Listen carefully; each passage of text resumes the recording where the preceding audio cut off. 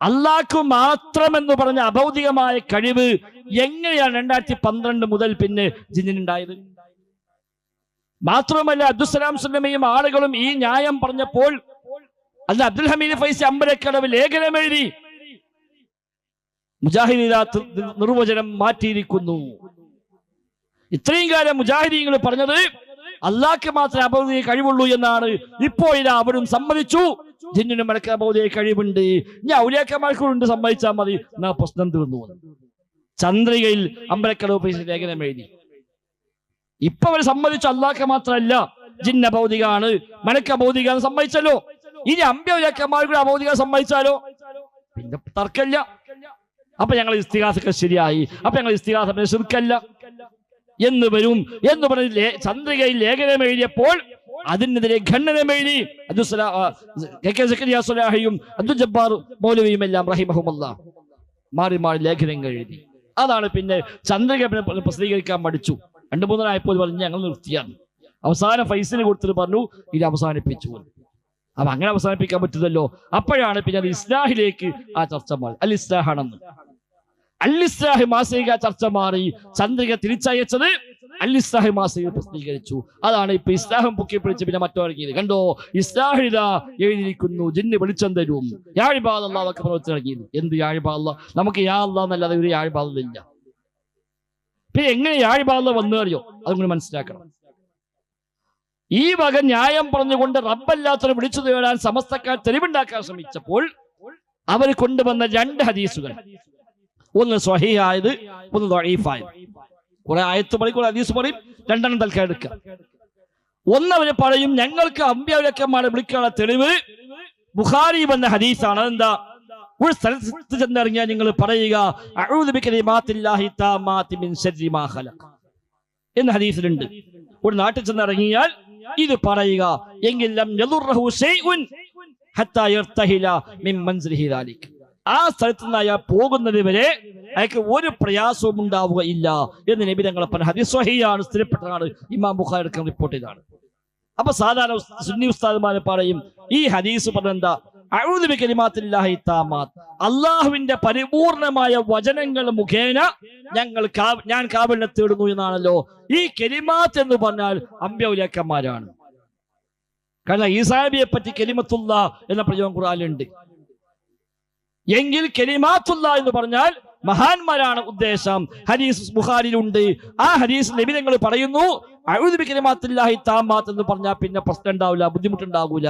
അപ്പൊ കലിമാത്ത് അമ്പ്യൗലിയാക്കന്മാരാണ്. അപ്പൊ ഔലിയാക്കന്മാർ തേടാൻ തെളിവായി ഒരു തെളിവ് അവർക്ക്. രണ്ടാമത്തെ തെളിവ് എന്താണ്? മറ്റൊരു ഹദീസിൽ കാണാം, നിങ്ങൾ ആരുമില്ലാത്ത സ്ഥലത്ത് വെച്ച് വഴിതെറ്റിപ്പോയാൽ യാ ഇബാദല്ലാഹ് അഈനൂനി എന്ന് പറയുക, അള്ളാഹുവിന്റെ അടിമകളെ എന്നെ സഹായിക്കുവീൻ എന്ന് പറയുക. നിങ്ങൾ കാണാത്ത ഹാലിറായ അടിമകൾ അവിടെയുണ്ട്. നിങ്ങൾ കാണാത്ത ഹാലിറായ ഹാജറായ അടിമകൾ അവിടെയുണ്ട്. അതുകൊണ്ട് നിങ്ങൾ പറയുക അള്ളാഹിന്റെ അടിമകളെ എന്നെ സഹായിക്കൂ എന്ന് പറയുക. എന്നിട്ട് അവരെ വ്യാഖ്യാനം അവിടെ ഹാജറുണ്ട്, നമ്മൾ കാണുകയില്ല. അപ്പാര മരിച്ചുപോയ മഹാന്മാരെ അർവാഹികള് ഇതാണ് എന്ന് അവർ വ്യാഖ്യാനിച്ചു. അപ്പൊ 2 തെളിവായവർക്ക്. ഒന്ന് അഊദു ബികലിമാത്തില്ലാഹി താമ്മാത്തി മിൻ ശർരി മാ ഖലഖ എന്ന് പറയണം.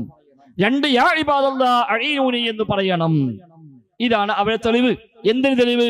മൊയ്‌ദീൻ ശൈഖെ കാക്കണേ എന്ന് പറയാൻ, കുത്തുബിയെ തടത്താൻ, മാല പാടാൻ, മൗലിദ് പാടാൻ, ജാറത്തങ്ങ് പോകാൻ, ജാറം മൂടാൻ, എല്ലാത്തിനും തെളിവ് ഈ 2 ഹദീസ്.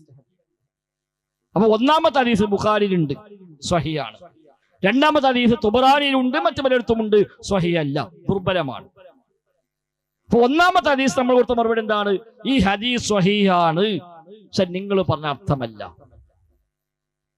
ഹദീസ് സ്വഹീഹാണ്, നിങ്ങൾ പറഞ്ഞ അർത്ഥമല്ല. അതെന്താ? അഊദു ബികലിമാത്തില്ലാ, അള്ളാഹുവിന്റെ പരിപൂർണമായ വചനങ്ങൾ കൊണ്ട് കാവൽ തേടുന്നതാണ്. ആ കലിമാത്ത് ഏതാ? കുൻ ഫയകൂൻ എന്ന വചനമാണ്. ഉണ്ടാവട്ടെ അള്ളാഹിന്റെ ഇറാദത്താണ്, അവന്റെ മശീഅത്താണ്, അത് അള്ളാഹുവിന്റെ സിഫത്താണ്. അള്ളാഹിന്റെ സിഫത്താണ്. സിഫത്ത് കൊണ്ട് കാവൽ തേടാം. ഹദീസ് എത്രയോ പാത്തങ്ങൾ കാണാം. അഊദു ബിഅളമതിക അഊദു ബിഇസ്സതിക എന്നൊക്കെ കാണാൻ റബ്ബേ നിന്റെ ഇസ്സത്ത് കൊണ്ട് ഞാൻ ചോദിക്കുന്നു.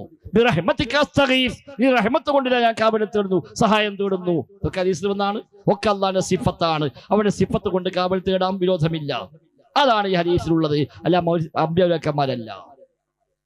ഹദീസ് സ്വഹീഹാണ്, സ്ഥിരപ്പെട്ടതാണ്. പക്ഷേ ഇസ്തിഗാസക്ക് തെളിവല്ല. മറ്റേതിലോ മറ്റേത് സ്വഹീഹല്ല, ദഈഫാണ്, ദുർബലമാണ്, സ്ഥിരപ്പെട്ട ഹദീസല്ല. നീ സ്ഥിരപ്പെട്ടതാണെങ്കിലും നിങ്ങൾക്ക് കാര്യമില്ല.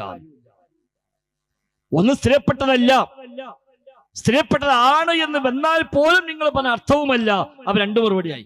മറ്റേ ഒരു മറുപടിയേ ഉള്ളൂ. അതെന്താ? സ്വഹീഹാണ്, തെളിവല്ല. ഇവിടെ സ്വഹീഹല്ല, സ്വഹീഹാണെങ്കിലും തെളിവല്ല. ഇത് മനസ്സിലാകാത്ത എന്തിനാ സ്വഹീഹ് ആണെങ്കിൽ പറഞ്ഞത് അല്ല എന്നാണ് പറഞ്ഞാൽ പോലെയെന്ന്. ഏതെങ്കിലും എടുത്ത് തലകുത്തി പറഞ്ഞ് സ്വഹീഹാക്കി കൊടുത്താലും ഒരു കാര്യമില്ല, നിങ്ങൾക്ക് തെളിവില്ല. ഒരുത്തണ്ട് ബേജാറായി ഒരു വണ്ടി എടുത്ത് വണ്ടി പോണ്. അപ്പൊ എവിടേക്ക് ഞാൻ നമ്മൾ ആചാരെ കാണാൻ പോകാം, അർജന്റായിട്ട് 5 ലക്ഷം ഉറുപ്പ് കിട്ടണം, അതിന് പോവുകയാണ്. അജറില്ല, അജർ ഇന്നലെ മരിച്ചില്ലേ, ഇന്നലെ മരിച്ചാൽ മരിച്ചു, ഇനി മരിച്ചില്ലെങ്കിൽ കാര്യമില്ല, മൂപ്പരെങ്കിലും പൈസ ഇട്ടൊക്കെ ചോദിച്ചു. മൂപ്പര് മരിച്ചിട്ട് മൂപ്പരെ ആർക്കും വല്ലതും കൊടുക്കലുണ്ടോ? മഹാപിഷ്കനല്ലേ, മൂപ്പത്തെ ഒരു വല്ല കാര്യം ഉണ്ടോ ചോദിച്ചാൽ എന്തിനാ അപ്പൊ മരിച്ചിട്ടില്ലെങ്കിൽ പറയണത് എന്ന് ചോദിക്കും. അപ്പൊ ഒരു നിരക്കും കാര്യമില്ല. ആള് ജീവിച്ചിരിപ്പില്ല, അവിടെ പോയിട്ട് കാര്യമില്ല. ജീവിച്ചിരിപ്പുണ്ടെങ്കിലോ എന്നാലും കാര്യമില്ല. അപ്പൊ ജീവിച്ചിരിപ്പുണ്ടോ എന്നതല്ല വിഷയം, അവിടെ സംഗതി നടക്കൂല. ഇതാണ് ഇതിനുള്ളത്. സംഭവം സ്വഹീഹല്ല, ദുർബലമാണ്. ഇനി ഏതെങ്കിലും മുസ്ലിയാക്കന്മാര് വിരഹയാവുന്നല്ല സ്വഹീഹാന്ന് പറഞ്ഞോ, മോദൽ ഇങ്ങോട്ട് കൊണ്ടുവരണ്ട, സ്വഹീഹായിട്ടും കാര്യമില്ല, നിങ്ങൾ പറഞ്ഞാൽ തരില്ല. പിന്നെന്താ? അവിടെ അള്ളാന്റെ അടിമകളുണ്ട്, ഹാദിറായ അടിമകളുണ്ട്, നിങ്ങൾ കാണാത്ത അടിമയുണ്ട് എന്നാ. അപ്പൊ ഹാദിറായ അടിമ കാണാത്ത അടിമ നാ മരിച്ചോരല്ല. മരിച്ചോര് ഇവിടെ ഹാദിറാവൂല, മരിച്ചോര് ഇവിടെ ഹാദിറാവൂല, ദുന്യാവക്കൊരു വരൂല. മരിച്ചുപോയ ബർസഖിലേക്ക് എത്തി, ദുന്യാവിലേക്ക് പിന്നെ വരവില്ല.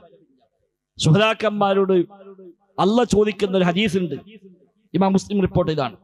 അബൂദാവൂദ് റഹിമഹുല്ലാഹ് വിശദമായി റിപ്പോർട്ട് ചെയ്തിട്ടുണ്ട്. ശുഹദാക്കന്മാർ സ്വർഗത്തില് അവിടെ ആത്മാവുകൾ പാറിക്കളിക്കുന്നു.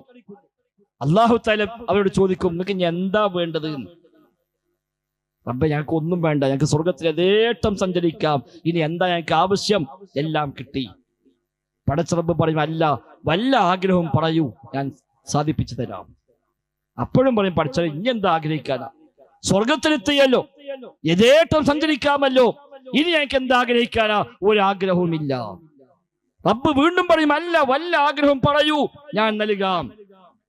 അപ്പോഴും ഒരു പറയും, ഇല്ല റബ്ബേ, ഇനി എന്ത് ആഗ്രഹിക്കാൻ, എല്ലാം കിട്ടിക്കഴിഞ്ഞു. അള്ളാഹു വീണ്ടും നിർബന്ധിക്കും, എന്തെങ്കിലും ആഗ്രഹം പറയണം.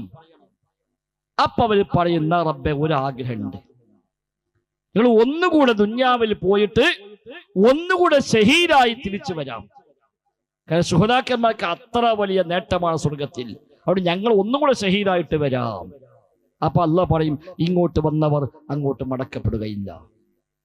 കാരണം അവർക്ക് ആകെ ആഗ്രഹമുള്ളൂ, ആ ആഗ്രഹം നടപ്പാക്കാൻ വേണ്ടി പോലും ദുന്യാവക്ക് വരുന്നില്ല. പിന്നല്ലേ നമ്മൾ മുള്ളുത്തുമ്പോഴേക്ക് ബദരീകൾ കഴിച്ച ഒരു ഓടിയെത്തുക ഉണ്ടാവില്ല. എന്തിനും ഏതിനും അവരെ വിളിച്ച് തീരും മുമ്പ് അവിടെ ഓടിയെത്തുമെന്ന് പറയുന്നത് ഇല്ല, നടക്കുന്ന കാര്യമല്ല.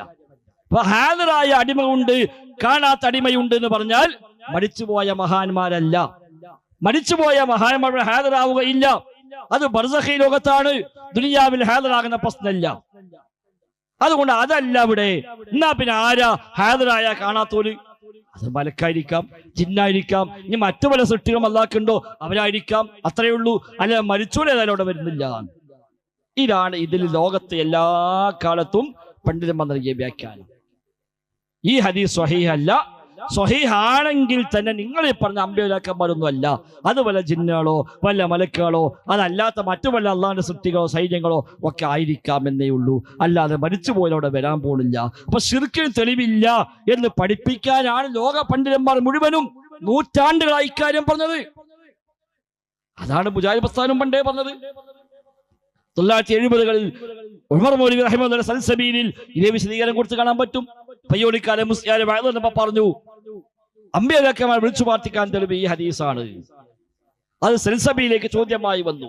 അത് സൽസബീലിൽ മറുപടി വന്നു, ഒന്ന് ഹദീസ് സ്വഹീഹല്ല, ദഈഫാണ്. തൊബ്രാനി ഉദ്ധരിച്ച റിപ്പോർട്ടാണ്. ഇത് ഇന്ന പ്രശ്നമുണ്ട്, അവിടെ ഇത് സ്വഹീഹല്ല, ദുർബലമായത്, സ്ഥിരപ്പെട്ടതല്ല. എന്നിട്ട് പിന്നെ മൗലവി പറഞ്ഞു സ്വഹീഹാണെന്ന് വെറുതെ സങ്കല്പിച്ചാൽ തന്നെയും, കണ്ടോ, സ്വഹീഹാണെന്ന് വെറുതെ സങ്കല്പിച്ചാൽ തന്നെയും തർക്ക വിഷയവുമായി യാതൊരു ബന്ധവുമില്ല.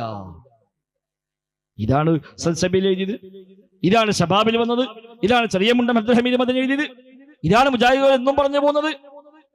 പക്ഷെ 2012 ജിന്നുമാർക്ക് അബോധികമായപ്പോഴോ ഇതൊക്കെ പ്രശ്നമായി മാറി. അതോടെ ഈ മറുപടി പറയാൻ പറ്റൂലാതായി കാണുന്ന ഈ മറുപടി പറഞ്ഞാൽ ജിന്നുമാർക്ക് ഹാജരാകും, ഒരു സഹായിക്കുന്നുവെന്നില്ലേ, അത് ശിർക്കാണ്. അപ്പൊ എന്താ ആരാ വരിക? ഔലിയാക്കന്മാര് വരും, അമ്പിയാക്കന്മാര് വരും? ഇല്ല. അവിടെയാണ് യാഴിബ എന്ന് ചർച്ചയായത്. അല്ല നമ്മളത് യാഴിബ എന്ന് വിളിക്കാൻ പോയിട്ടല്ല.